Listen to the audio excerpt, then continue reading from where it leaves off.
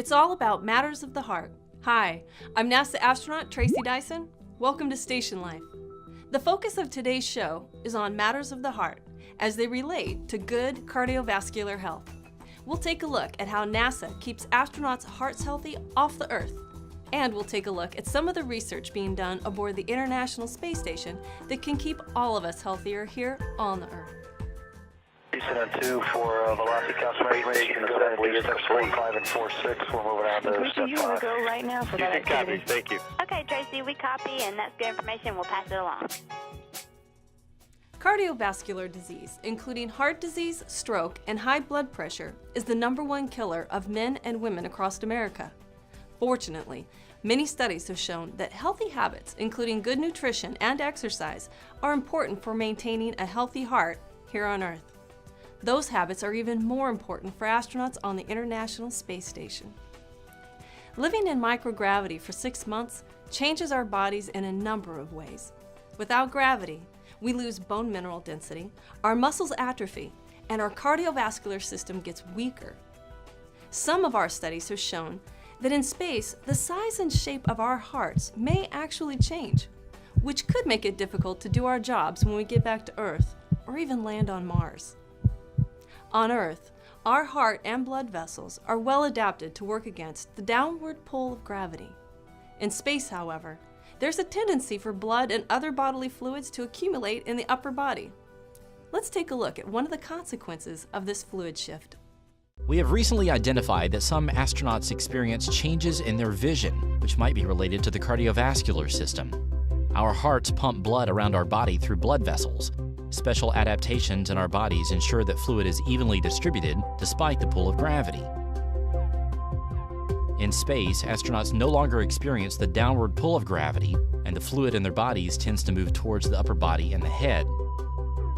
Our cranium is a rigid container. As the fluid moves towards the head, it causes the pressure inside the skull to rise. This is known as increased intracranial pressure. The optic nerve travels from the brain to the eye. The increased pressure from the cranium travels down the nerve and affects the eye. It causes the optic nerve to be squeezed and the optic disc, where the optic nerve meets the eye, to swell. The back of the eyeball flattens as pressure builds behind it, and the blood vessels in the back of the eyeball also swell.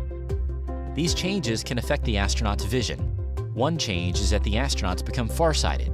A second change is that they can develop cotton wool spots, which represent damage of the nerve fibers in the back of the eye. These can cause discrete areas of vision loss. NASA is working to understand and prevent these changes in astronauts, which may also help us understand and prevent related vision changes here on Earth.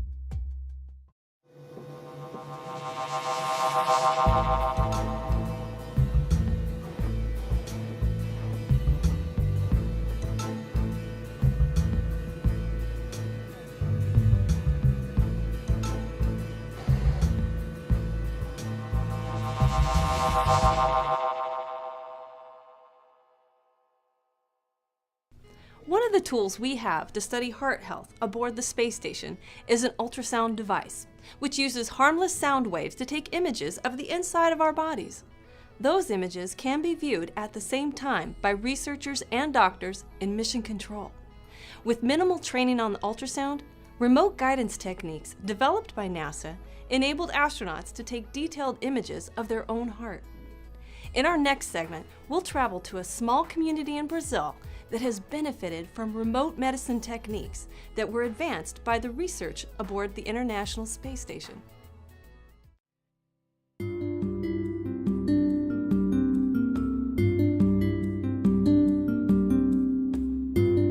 Minas Gerais is a large state. Our territory is about the size of France, and we consist of 853 units and municipalities.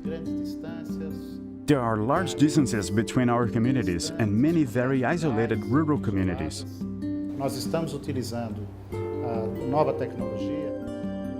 We are using new technology that impacts the quality of prenatal care and the diagnostic capacity of the primary care doctor in these situations involving distant, isolated communities.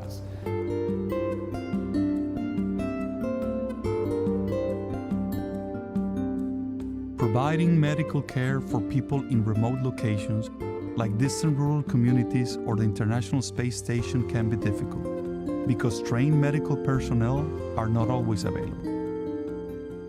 NASA research teams develop techniques that enable astronauts aboard the space station with minimal training to operate an ultrasound device using simple printed guides. The ultrasound images are transmitted in real time to a doctor back on Earth, who can make medical decisions without actually being aboard the station. These same techniques have been adapted for use with portable ultrasound devices in communities where expert medical care is not always available.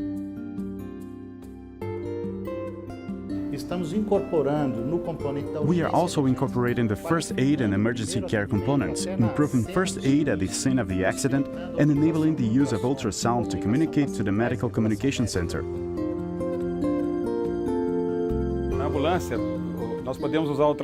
In the ambulance, we can use ultrasound in various situations. In those situations where time really matters, in which you have little time to make decisions.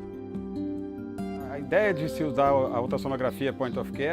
idea of using ultrasound for healthcare is like an extension of the physical examination. You are able to conduct the exam with much more detail. And you can use it at the time to make a decision, or you can use telemedicine platforms to obtain a second opinion from someone at a distance.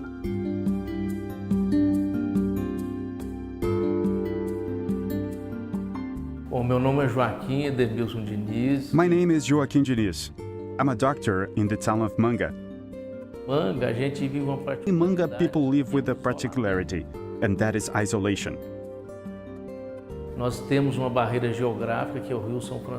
We have a geographical barrier, that is the São Francisco River, which is both a blessing for the region, but it also isolates us.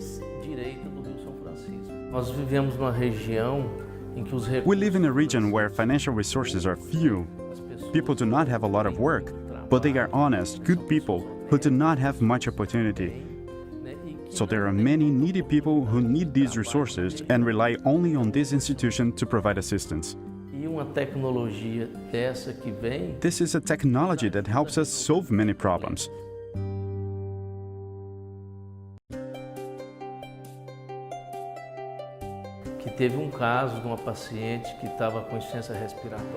That was the case of a patient who came to the hospital with severe respiratory failure, and the people realized she would die in just 20 to 30 minutes. We talked with Dr. Parzelli, who was training us to use the ultrasound.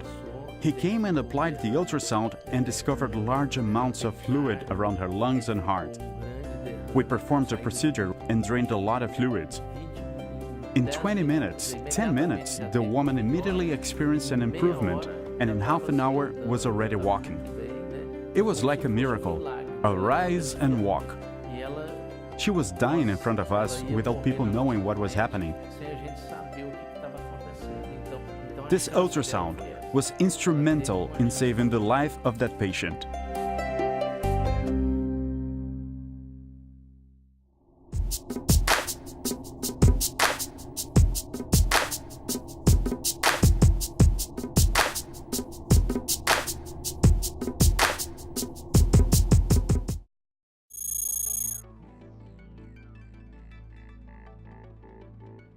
All right, ladies and gentlemen, boys and girls, space geeks from all over the world, we have with us today a real treat. Dr. Koichi Wakata from the Japanese Space Agency and absolutely one of my favorite astronauts. Actually, in fact, wait a minute.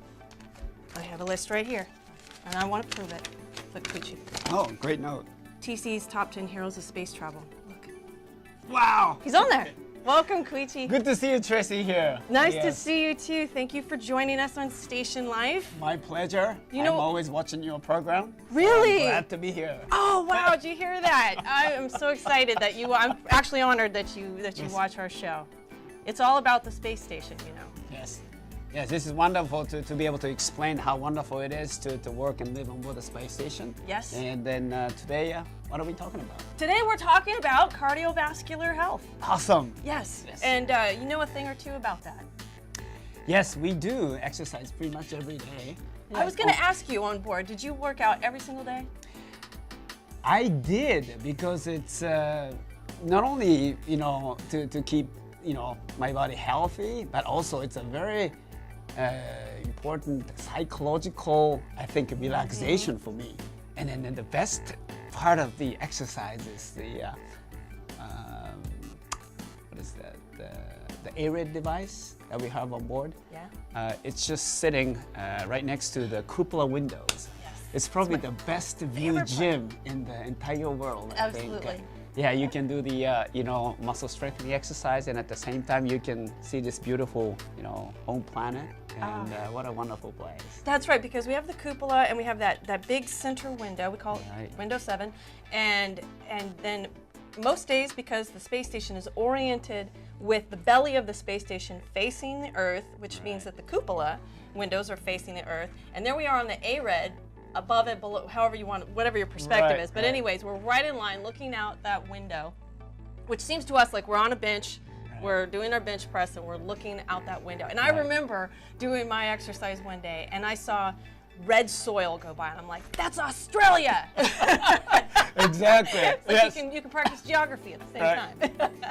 Can you tell us a little bit about Sprint and what that was all about? Right, Sprint exercise is a new protocol, and already several astronauts have tried that method. And basically, it uses the prescription of like a higher intensity of exercise, but less volume or less number of exercise days. For example, like if I on board the space station 7 years ago, I pretty much exercised like running for 40 minutes in the same pace. But here, as far as cardiovascular is concerned, we have like a sprint running, like for 30 seconds sprint, and 15 seconds rest, another 30 seconds of run. But it's only like 6 or 7 minutes, very short interval, but high intensity training. And you do that like 3 times a week instead of 7 days a week. Wow. And so it's like a smaller number of days of exercise, but the higher intensity. And that's part of the sprint protocol. So 7 years ago when I was on board the space station, I used the previous protocol, which I exercise every day. But this time, it's a smaller amount of time actually. But the results were pretty good. I was able to walk right after landing, and so I think this new protocol is working very well. Wow, so if you compared when you were on board and landed 7 years ago to now, when you did this new protocol and you exercised more and you had probably more emphasis on the exercise because you have more equipment to work with. Right. A big difference, did you notice? As for after landing, I don't see very much difference. So that means that's such a very efficient way to do exercise, because if the results are the same, if you spend less time and exercise, that means it's a very efficient way of exercising. So maybe we can utilize that in the future when we go to beyond low Earth orbit, when we go to Mars, and then. So a lot of new protocols are being tested on board the station. Yeah, and I can see where folks back here at home who don't have time to exercise pay attention to this, because you can spend less time working out and get the same benefits as if you were working out for 2 hours or something. Right. And you have done just a tremendous amount of work, Koichi, not just in your most recent increment, but throughout your career in the space program, and you've been an asset to Japan and to NASA and to the International Space Station and to StationLIFE. So thank you so much for being here with us, spending so much time sharing your stories. We've just had a lot of fun with you. So wish you all the best as we go forward. I'll see you, probably in 5 minutes. But, thank you so much for being here with us. I enjoyed it. Thank you, Tracy. Likewise. Glad to be here. Cool. Just curious. I think they can actually put ice in here. Yeah, depending on how much water pressure we have that day. We can do 60 to any mile at pretty much any time. If we have good water pressure, we can get you up to around 80. But you're saying Tracy's taking off on balance. No, you're not out of the way.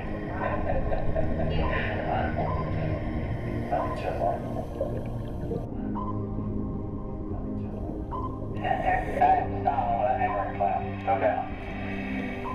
Thank you for that. Thank you. Trying to give you a boost of confidence. Indeed.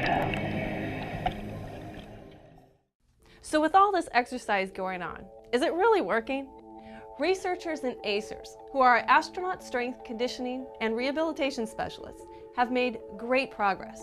Before we had a full gym on the space station, our astronauts needed quite a bit of recovery time back here on Earth. Today, our astronauts are coming home in excellent health. My name is Mark Williams. I'm the lead astronaut strength and conditioning coach. On board at the International Space Station, we have 3 pieces of hardware. We have a cycle, which we call CVIS. We have a treadmill, which is called T2, and we have a resistive exercise device, which is called ARED.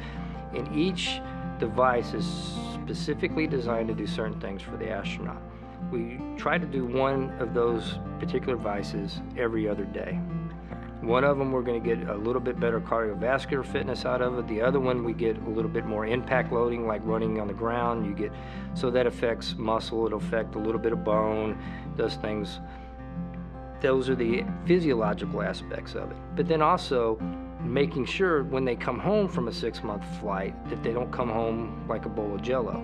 You know, they're going to lose muscle, they're going to lose strength, they're going to lose bone, they're going to lose cardiovascular fitness. But at the same time, then we have to take them, get them back to where they were before they left, which is what we do in our post-flight period once they come home for about 6 to 8 weeks. And just get them prepared back to normal life, you know, doing their job, doing with their family, doing yard work, whatever that happens to be.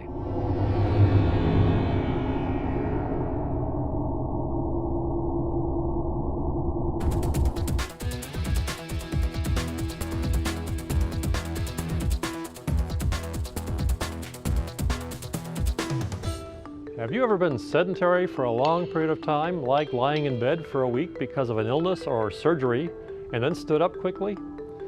Did you feel like you might fall or that not all your senses were functioning?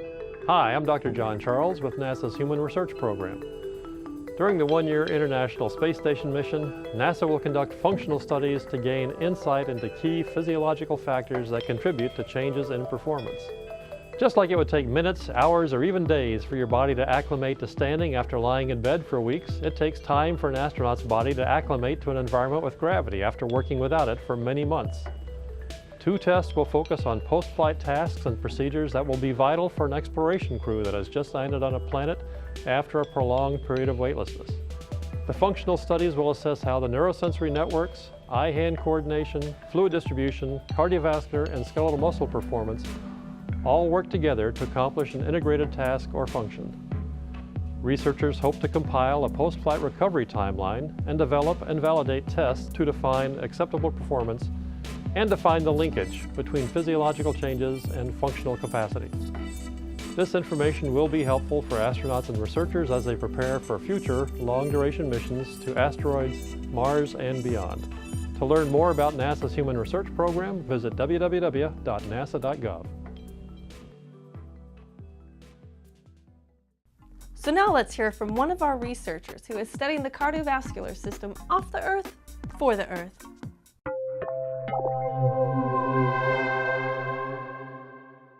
My name is Stuart Lee. I'm the lead research scientist in the Cardiovascular and Vision Laboratory at Johnson Space Center.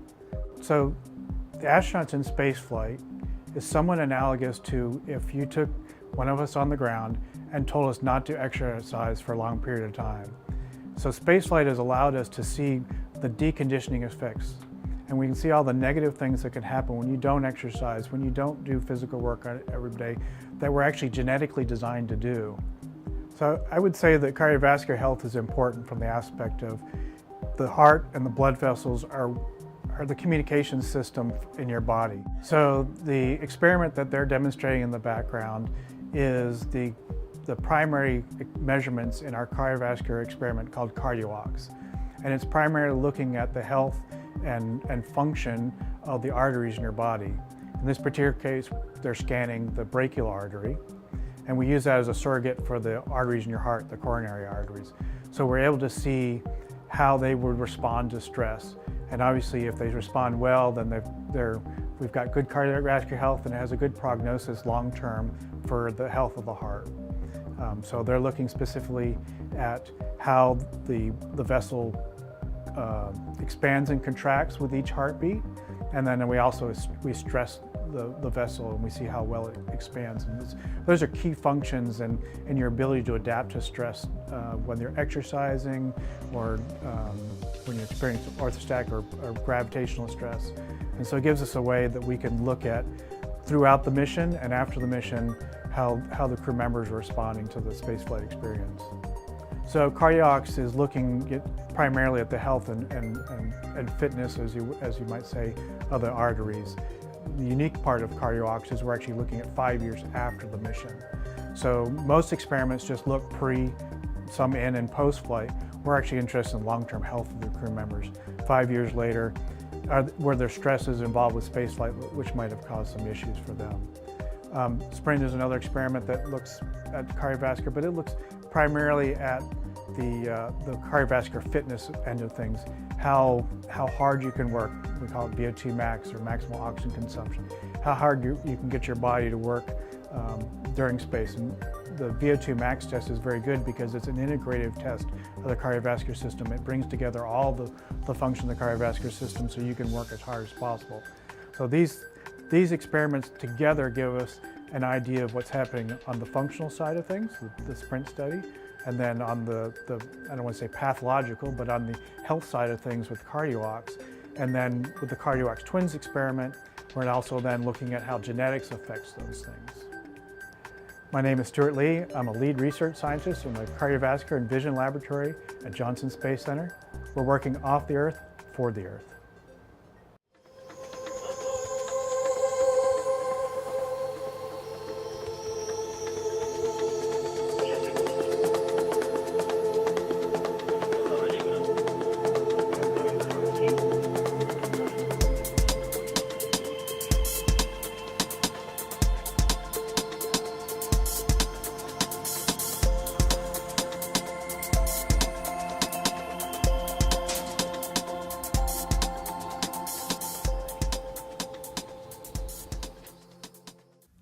Our International Space Station provides an unprecedented research platform in space, allowing doctors and scientists to conduct science experiments that can't be done anywhere else.